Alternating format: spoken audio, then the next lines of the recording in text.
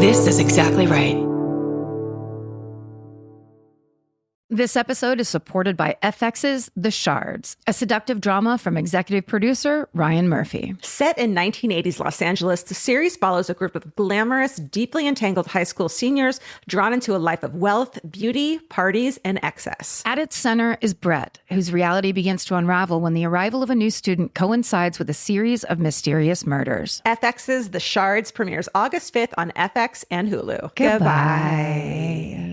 The best time to think about home security is before you need it. That's exactly why there's Simply Safe. Traditional home security only alerts you after a break-in has already happened, and that's too late. Simply Safe is changing that. Simply Safe's US-based live agents identify threats on your property and help deter them so intruders never get to your house. The system is customizable so you can build one that fits your home and your specific needs. The 24/7 professional monitoring is effective and affordable and won't lock you into a long-term contract. I think that's what's so scary for so many people is that long-term contract. And like, whatever turns out you don't like it or need it, but they don't have that because they know you'll like it and you'll know that you need it and feel so much safer when you have it. Like at this point in my life, I would never go without a security system on my house. I just feel safer with actually having Simply Safe around. There's a whole staff at Simply Safe that's waiting to talk to you and help you out. Right now, you can get 50% off your new system by visiting simplysafe.com/MFM. That's half off at simplysafe.com/MFM. There's no safe like Simply Safe. Goodbye.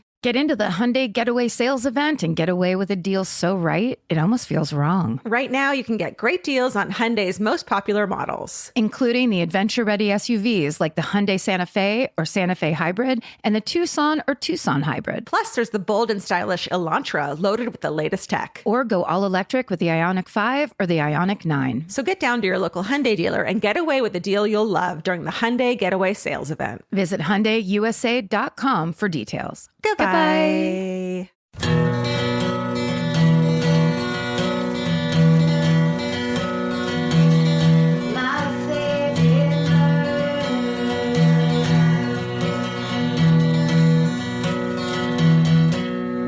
Hello. And welcome to my favorite murder. What? The Minisode. Well, thank you for joining me in what could have been a real embarrassing moment. I've taken improv. I know how to yes and like. You just yes anded me so hard my head is spinning. Can you feel the agreement going up your spine? Yes, into my head and neck. That's right. You agreed and heightened. That's right. Well done. Yes. I've taken Good improv job. twice. Hold on, wait a second. Ring, ring. The groundlings. Yes, she's here. Okay, let me see if I can patch you through. I'll take it. They're going good. You got a groundling scholarship right on the Minisode. This is powerful stuff. Right to the top of the groundlings, which is actually a one-story building. So it's street level. On the roof. Right to street level. Oh, wow. And this is what you can expect from this Minisode today. And from our new live improv show, I'm agreeing, but it sounds like I'm fighting. Oh, man. I have some stories from level 1 actress boot camp. Let me tell you right now. My agent made me do this, and I'm going to be the best in the class to impress the teacher. And how'd it work out? I quit after okay, so 1.5 twice level 1s, I guess. But guess who made friends with the teacher? Level? Guess who made friends with the teacher? Georgia Hardstar? That's right, because she's a kiss ass. But sorry, you're saying you took a whole round of classes or 1.5 classes? A round of classes. Oh, that's not quitting. That's overindulging. You overdid. You're wrong on the other side. So now you just no-handed me and correctly insulted what I am capable of, which is true. Which is clearing level 1 of an improv. Of anything. You've done it. Sorry for the insult. Barely graduated high school, but I fucking graduated. So that's all that counts. Right. Do you want to go first on this, what's supposed to be a podcast? Let's do it. Ready? Yeah. For some blue liquid? The subject line of this is my mom meets a fruit-stealing axe murderer. Cool. Hey, MFM gang. In the early 90s, there was some crazy shit going down on Seattle's Queen Anne Hill. It's a pretty residential neighborhood with quaint houses where you walk to bakeries and the Metropolitan Market. But in 1990, there was also a dude breaking into people's houses and just eating their fruit and leaving. 3 days later, a resident comes home to find the axe he stored in his carport lying in the middle of his living room floor. And then things got weird. In March, someone broke into a basement with a pickaxe, but bailed when the owner of the house turned on the lights. Presumably, there was no fruit to be found. 4 days later, this sweet old lady named Geneva McDonald was found brutally murdered in her house. She'd been repeatedly struck with an axe and stabbed with her sewing scissors, and then her throat had been slit with a knife. Oh, my God. Who on earth? The investigation kicks off, and during the police lockdown, the fruit-eating axeman of Queen Anne strikes again, right under the cop's nose. A guy down the street from Geneva's house wakes up to see a guy holding a kitchen knife at the foot of his bed. The investigation plays out, but there's no suspect. People are freaking out, including my dad, but my mom is cool as a cucumber. Her guard is up, sure, but she figures the police have it under control. And their fruit bowl is safe. During the following months, the crazy fruit break-ins continue, and my very reasonable mom is on edge. Then in September, someone breaks into a house, eats all the fruit, and scrawls "the killer is back" on the wall before leaving. How have we never heard of this? I've never heard of this. We're going to definitely have to check it out. Yeah. About a week later, my mom was walking down the street in the general vicinity of the house from that break-in, and she sees a guy calmly walking down the street with an axe. He makes super confrontational eye contact with her as he's approaching, and right as he's passing her, he smiles so serenely without blinking. Of course, my mom doesn't have a cell phone because it's 1990, so she speed walks to the grocery and calls my dad, yelling, "I walked past the axe murderer." Oh, my God. He tells her to call it in, so she calls the tip line, and they calmly and carefully inform her that they already have someone in custody, and the police are wrapping up the investigation. What? Yeah. So, like, it's not him, basically. It's some asshole trying to freak people out, probably. I'm going to scream. Okay. So my mom feels pretty ridiculous, and my dad thinks she overreacted. But as my mom maintains, quote, "Why in the world would you be walking down the street with an axe? Maybe he just wanted some fruit." No. And there's no... That's it? I feel like at this point we need to take the rest of the episode to talk about this one. I mean... And the rest of our lives. I can't... There's so many things. Yeah. An axe murder in Seattle, I feel like I want to think I would have heard of that before, but I never have. It's amazing. It was in the 90s. I would like to go ahead, and I'm sorry, I'm not... Your dad's probably a fine person, but that was not an overreaction in any fucking sense of the word. No, not at all. That's the killer on the loose. Yeah. Yeah. If there's an axe murder on the loose in your neighborhood, everybody gets to do whatever they want. They get to call home. They get to run at the grocery store screaming. Yeah. It's all valid. If they got a weird feeling about a random person, but this person had the murder weapon in the neighborhood with a creepy look in his face, he should have been arrested simply for being a fucking dick. Well, right, because it's basically like that was from 1990. That was a troll. That was a real life troll. Oh my God, he's trolling the neighborhood. Yeah, he is. All right. Quite literally. I mean, if you don't cover this one so we can get all the details, I don't know what I'll do. I don't know what else I can tell you. Because I'm not trying to tell you what to do, but clearly I am. But fucking do that story. You're writing a note, so I feel good about this. I'm going to call Hannah and just be like, hey, I know she didn't say she wants to do. Okay. This is called Bras in the Wood Chipper. Oh. This is a little long, but it's worth it, I promise. Hey, y'all. Intros are overrated. Let's get into it. My husband is a lineman. The high wire, electricity one, not a football player. Yeah. Did you know about that? I didn't know that was a thing. Well, firefighter. Yes. You know the Wichita Lineman, that song. That's what that song's about. I had no idea. But the reason I know about it is because my Aunt Jo, Jo Brown, was the first female lineman in San Francisco for the Pac Bell Company. Stephen, you're making a face of you know what it was too. Am I the odd man out here? No, had no idea what a lineman was That's because Steven doesn't have a mustache anymore, and it's easy to project any emotion onto his face. I'm a blank canvas. Everything seems valid. I see some 5 o'clock shadow, so he's working on it, which we all appreciate. Okay. Da, da, da, da, da. And he is usually among the emergency responders to a scene of an accident or house fire, or sometimes robberies. He usually works 36-hour shifts during big storms, intense cold, or wildfires. He loves his dangerous job more than anyone I've ever met, and I love how much of himself he pours into ensuring the lights are on. Right? I could go on forever about how much I admire him, but gag. I know you want the tea. All caps on this. Okay, this week he was responding to a traffic accident call. A bucket truck with an attached wood chipper had swerved to avoid missing a deer, and on the slick country roads had lost control and rolled into a ditch, knocking the utility pole onto the cab of the truck, spilling their load of wood chips into the road, opening most of the workmen's cabinets onto the truck, and scattering the contents throughout. The 2 men in the truck managed to climb out of the window of the truck that was now stuck on its side. My husband showed up, and the men were covered in blood and shaken, but otherwise okay. As they waited for an ambulance to come, the men told my husband what had happened and showed him how they got out. These dudes had missed being electrocuted by a mere few inches. Yeah. Once the men were being looked at at EMS, this is another husband shaming wife story, I just realized, and taken to the hospital, my husband and his crew got to work. When they were able to safely get a closer look, they noticed bras and panties were strewn throughout the wreckage. In my husband's own words, an alarming amount of undergarments. Uh-oh. The tow truck showed up, and my husband and his crew helped to roll the truck back over and get it loaded up so it was out of the way of the pole they needed to remove and replace. It was at this point they noticed that not only had the bra and panties come out of the workmen's nooks in the truck, but they were shreds of fabric and more, quote, undergarments in with the spilled wood chips.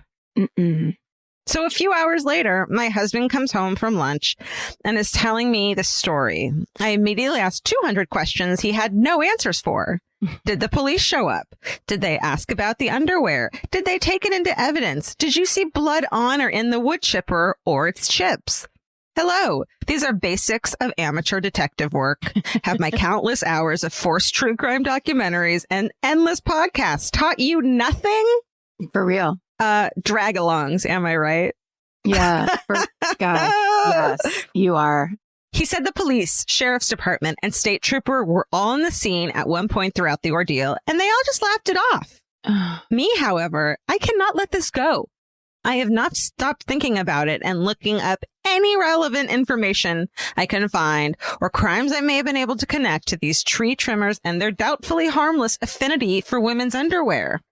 Anyway, please tell me I'm not insane for thinking all of this is Red Flag City. As an aside, thank you for spreading awareness about mental health and its many struggles. Y'all are a huge reason I decided to start a blog, openly sharing my struggles with postpartum depression and psychosis, which does not get fucking talked about. I think it's rad. And through doing so, have connected so many other mothers who thought they were the only ones who had a baby and went crazy.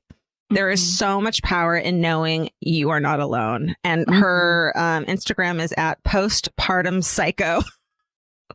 Wow. Wear it on your sleeve. I love it. Stay sexy and thank linemen for working those poles and keeping you turned on. Tiffany. I get it. Cute. Good one, right?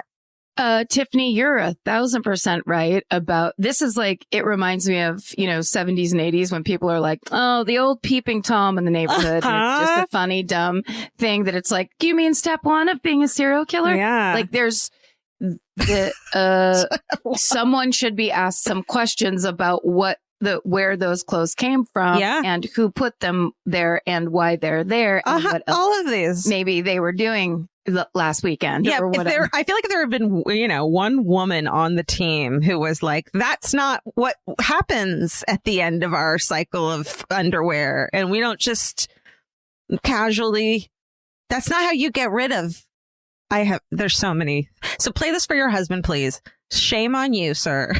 However, easy. Thank you for your work. We appreciate. Okay, take Stephen. Leave that and take it out. Thank you.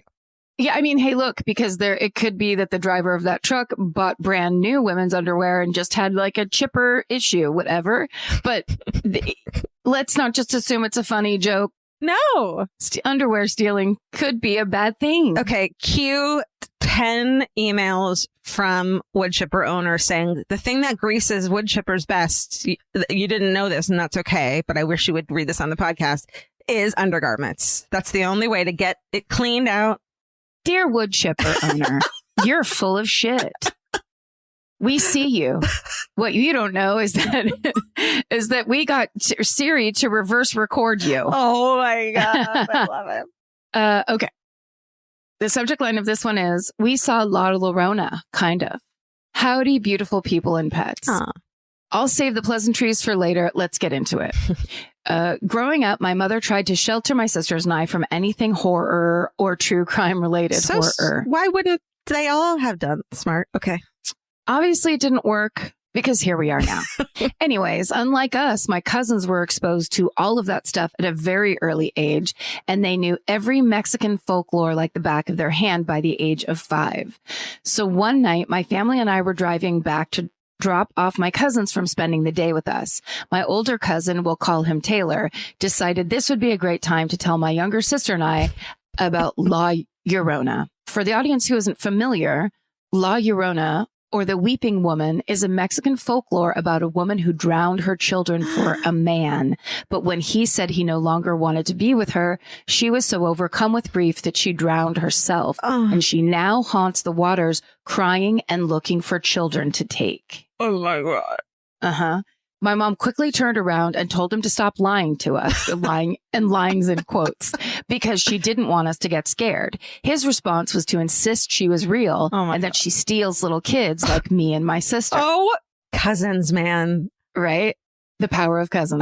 Right when that happened, my dad stopped the car and screamed, and there she is, pointing to a woman crawling on the side of the road, soaking wet, with her hair covering her face. No! However, this wasn't La Llorona. Just a drunk woman leaving the bar, trying to walk home in the rain. Oh, no. My sister and I were completely lost, but my cousin was scared out of his mind. I can bet. My mom said she remembered little tween hands pawing at her face from the back seat, yelling, "Aunt Judy, Aunt Judy!" My dad ended up driving off with my mom laughing. Oh. My cousin traumatized, my sister and I confused as to what the hell just happened. Thank you, ladies, so much for always accompanying me on my commute to and from work. I even got my mom listening, and she loves it. Oh. She actually wanted to send in this story, but she's not too savvy with computers. Oh. And then in parentheses, love you, Mom. Stay sexy and don't walk home drunk. You might scare the shit out of some kid. LJ. I do feel in my heart nowadays we would have picked that woman up. And that kid would have been doubly traumatized. La Lorena gets into the car. Oh, God. And is like, shit, oh, my God. Little children. I have a child secret. Oh, you're no, those are the worst kind. Everything about that, except for not picking the woman up, is amazing. It's horrifying. I think you and I have talked about, but that's my favorite reference of standing on the side of the road in a wet nightgown at night. Like, what's the scariest thing that you can, like on the back roads as you're driving by yourself? Yeah. Like, and then the lights come up and there's just a lady standing there in a wet nightgown. That's by itself. Nothing else else has to happen. And that's horrifying. I have no words. That's your right. Unless she's at the end of your bed when you wake up, then she's holding a snake. Do you have any laundry you want me to do? I'm going to throw this. I'm so cold. I'm freezing. All right. This one's called I Don't Recognize That Man Story. Hello, my favorite murder gals. Your podcast is a beacon of joy in an otherwise droll workday, and I appreciate every single tantalizing episode. Here is a hometown quote, things that could have gone so much worse story about my sister that creeps me to this day. This is terrifying, actually. Okay. Well, but there's no wet woman in it, so don't worry. It's terrifying in a dry way. It just wicks the water right away. My family home is in the woods up a winding hill most people wouldn't be crazy enough to walk up. We have forest to one side and a wide canyon to the front of the house, so it's isolated. And then she wrote, I never even knew that curtains were a thing until I moved away for college. I love that. Is such a specific visual that it makes me understand everything, which I love. Storytellers. What? Just not having, you're so far out that you don't have curtains. You don't even know what curtains, essentially are. Yeah. I just love that. You should be a writer person. Throughout our childhood, we had minor break-ins at our place and our neighbors with people stealing change and jewelry, but nothing major. One day, my sister was staying home sick. She'd parked her car up the hill so my parents could use the carport when they got home. She was being lazy on the couch when she heard a knock at the door. Normally, our dog would go crazy at the sound of a human, but she'd sadly passed away the month before. Still in her pajamas and feeling antisocial, my sister looked out the peephole instead of opening the front door. A man she didn't recognize was there. Nothing about that was unusual, as our dad works in construction, so his employees will occasionally drop off tools or documents. However, this dude immediately gave her a weird gut feeling. He didn't look like the normal guys my dad works with. After the knocking, she could see his shadow through the Coke bottle windows. Gorgeous. Pacing. Your face is shocked, right? It's like so excited. Sorry. Oh, is it? It's like, I've never seen you with such wide eyes before, I guess. Pacing around the front deck and heard the door handle jiggle from the outside. At this point, she freaks out, grabs the phone, and runs to the bedroom to call 911. The operator tells her to stay quiet and on the line and that they will come right away. This sounds like creepypasta, but I think because it's her sister, it's okay. It's not like my friend's sister, right? Well, also just as a person who listens to the podcast, Let's Not Meet, and many of those, these things happen so often of like kids and people at home and dudes trying to get into the house. It's very disturbing how often this happens to people. It's awful. Luckily, the police station is a few minutes down the road and our town is sleepy, so they got there fast. As it turned out, there was not one guy casing the house, but two. Ugh. The first guy was at the front door, while the second was working the back door, which my sister couldn't hear. The police caught the first guy immediately, but had to chase the second through the woods, and I honestly can't remember if they caught him. The small detail. Oh, hey, Mom. Yeah, quick follow up. I don't know. Anyway. We suspect the burglars thought the house was empty because the carport was. When they arrested the guy at the front door, they found a 12-inch knife tucked into his waistband. So it's hard to say what their actual motive was. My sister is the napping queen. Hashtag nap influencer. And I shudder to think what would have happened if she'd been asleep and they got inside and found her, or if she'd been extroverted enough to open the door. Yeah. After all this, she was asked to testify in court, but thankfully didn't have to since the guy pled guilty.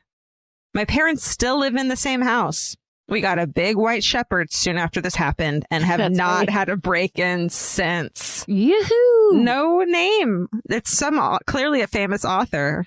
Because she's a great writer. They are a great writer. That was Joan Didion wrote that in. Amazing story. Her name is JD or her JD or her initial DION. Okay, so we have like 2 parking spaces. When both the cars are gone, it's clear to and they're on the street. It's clear to everyone we're not there.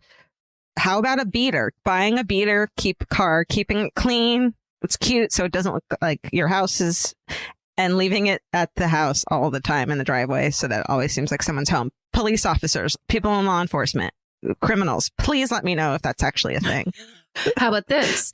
What if, we're not I don't think we're officially in quarantine anymore. This isn't an issue, but if it were at the beginning of quarantine, you could get a bunch of children to make a beater car out of cardboard and paint it themselves, and like an art project of a thing that people will think is a thing, but you don't actually have to buy an actual car for. Karen, you like that idea? You're so creative.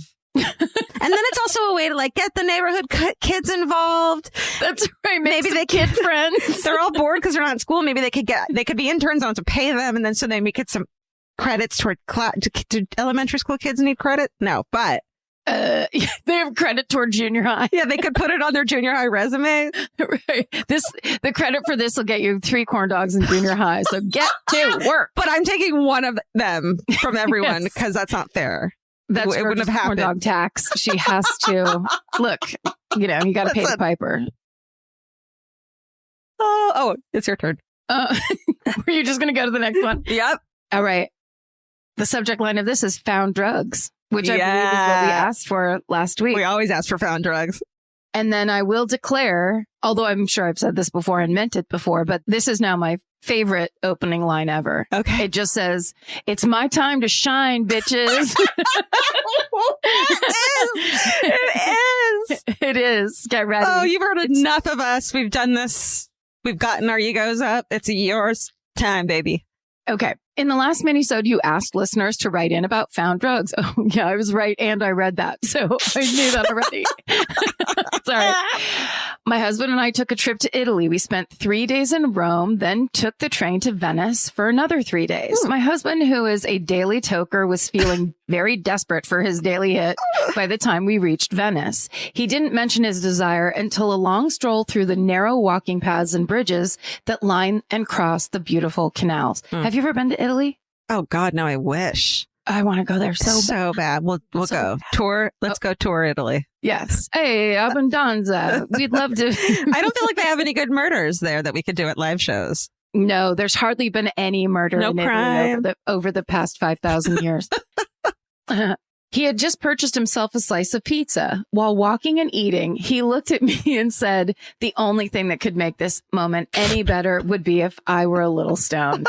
Damn if and this is in all caps, damn if the motherfucker Italian gods didn't answer his prayers. I looked down, without exaggeration, 2 seconds later, and there's an entire sandwich baggie full of bud. Oh, my God. I scooped that shit up so fast he didn't even know what happened. I looked at him waving the baggie all abracadabra style in his face. Girl, you are shining right now Yeah, like a you truly are. diamond. Saying, "Ask and you shall receive." Needless to say, he spent the rest of Venice high before flushing what was left, when clearly he should have returned the favor to another unassuming tourist in exactly the same manner. Stay sexy and ask so you too can receive. N. Amazing. Amazing. The only way that could have gotten better in my mind, if this were a book I was writing, a rom-com, she would have held up the baggie. They wouldn't have been married yet. He would have had a ring in his pocket because it was, it's Italy. And he would have gotten down and been like, "Well, ask and you shall." I don't know. Ask and can I ask and receive? I'm working on it. Yeah, like a play on words. I get it. Yeah. Something like I asked, I'm now receiving. So do you want a pizza, my heart? I'm trying to make up a thing that would make her say, "No, I will not marry you." And then he passes her the ring and she passes him the baggie. Like, that is love. Either way, it's love. And then he receives it and they both get arrested and they just never see each other. And detained and get on the no-fly list. But it reminds me, we've told the story, so I won't get into it, but when we bought pot in Amsterdam because that's all the moment needed. We were told to. Yeah, it's the law insists, and Vince forgot to he found weed in his pocket at the airport going through security. At the airport. He had so little on him and they were clearly so used to it. They just wanted to scare him. Yeah. So thank you, Amsterdam. But we were scared. It worked. I was shaking. You took me to like a duty free and you were like, "It's going to be fine. It's going to be fine." I was like, "No, it's not." I was shaking. And you're like, "Look at this. Here's a happy perfume by Clinique." I was like, look at Clinique's happy. Smell it. I don't want it. My mom wears it. I don't want it. Okay. Can I just tell you, I just realized I'm wearing sunglasses. I was going to tell you, but I personally, I think I never look better than with sunglasses on my head. Agree. What is that I don't about know. sunglasses? It's like gives you a boost without wearing a bump it. It's just like. It is a great accessory to say, like, I'm chic and I'm beautiful, but you don't have to worry about what my face looks like. I'm casual. Up here, yeah. And I'm like a little bit Minnie Mouse. I'm interested in sun damage. Vince and I have the best vision because we wear sunglasses constantly because we're hipsters. Yeah. Okay, anyway. You're pretty hip. You are pretty hip. Can you? I think so. Could you give me that? Can I at least have that? May I have that, please? Okay. This is called Found Dead in a Freezer. I live in North Carolina, and I used to be housemates with this creepy dude from the tiny rural town of Goldsboro, period. I thought that was a comma at first. I thought Goldsboro, period, Carolina. But then it was like, oh, I already said North Carolina. Okay. Yeah.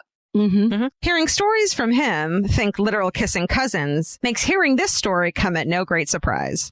Not everyone there is a creep, mind you, but much like that one friend who constantly dates losers, this town can't seem to keep them out. Great play on words. Yeah. Back in 2016, a woman purchased a deep freezer from her neighbor. A great deal on a freezer is a great deal on a freezer. She paid only $30 for it at a yard sale. I can't imagine what she was thinking selling this freezer, and I can't imagine not opening it to look inside prior to purchasing. Yeah, for real. Like simple math. Yeah. But it wasn't until the buyer was home with the purchase that she discovered the frozen corpse of the seller's mother. Oh my God. Yeah. Why did I save this for last? Turns out no one had seen the mother since August of 2015 because she had died, reportedly of natural causes. And her daughter had laid her body in the freezer to continue cashing in her Social Security checks post-mortem. Oh, no. That feels like a regular thing, doesn't it? It just doesn't seem keeping the body around is just like going, here's how I'm going to get caught. Yeah. Yeah. Yeah. That equation doesn't need to be in the mix. No. Okay. The woman was convicted of concealment of death and obtaining property by false pretense, the Social Security fraud, and was in jail for about 1.5 years. I'm glad someone found the poor older woman and she was able to be properly laid to rest, but maybe let's all agree to never buy a used deep freezer, I guess. Stay sexy and don't unwittingly transport human remains. Buck, he, him. Buck, it is a fascinating story, but I just can't imagine how that slips your mind.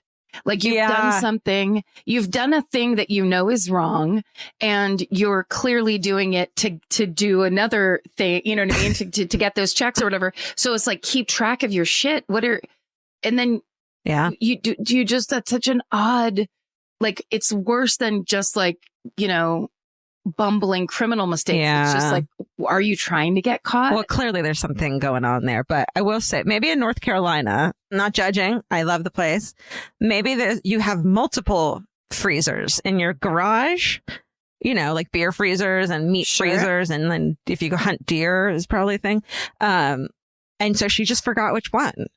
No, I don't think you can have that many freezers to forget. No. Unless you have 22 freezers, which then we have a whole nother problem on our list of problems. Is there? It's just it's so extreme. It's so like, it feels to me like people going like, la, la, la. It's not a problem. Forget it. Here, just buy this. And I'm sorry for saving it for last, but here's why I did that. Because if you want an uplifting, fun one, go over to the fan. Look at me. No. Go over to the fan call. And we have one more story each to tell you. And there's like a couple weeks back now, there's a ton of videos. If you can't stop listening to our voices smattering at you, that's where to go. Yes, we will see you on the Minisode if you're in the fan cult. And if not, stay sexy. And don't get murdered. Goodbye. Elvis, do you want a cookie? The best time to think about home security is before you need it. That's exactly why there's Simply Safe. Traditional home security only alerts you after a break-in has already happened, and that's too late. Simply Safe is changing that. Simply Safe's US-based live agents identify threats on your property and help deter them so intruders never get to your house. The system is customizable so you can build one that fits your home and your specific needs. The 24/7 professional monitoring is effective and affordable and won't lock you into a long-term contract. I think that's what's so scary for so many people is that long-term contract. And like, what if it turns out you don't like it or need it, but they don't have that because they know you'll like it and you'll know that you need it and feel so much safer when you have it. Like at this point in my life, I would never go without a security system on my house. I just feel safer with actually having Simply Safe around. There's a whole staff at Simply Safe that's waiting to talk to you and help you out. Right now, you can get 50% off your new system by visiting simplysafe.com/MFM. That's half off at simplysafe.com/MFM. There's no safe like Simply Safe. Goodbye. Cheap Caribbean's Jet Set July sale is here. Right now, save $200 on vacation packages of 4 nights or more with promo code 200BEACH. Whether you're dreaming of Cancun, Jamaica, or the Dominican Republic, your next vacay just got more affordable. Don't let summer pass you by without the beach. Use promo code 200BEACH and get more sand for your dollar. Head to cheapcaribbean.com today to book your beach vacay. Goodbye.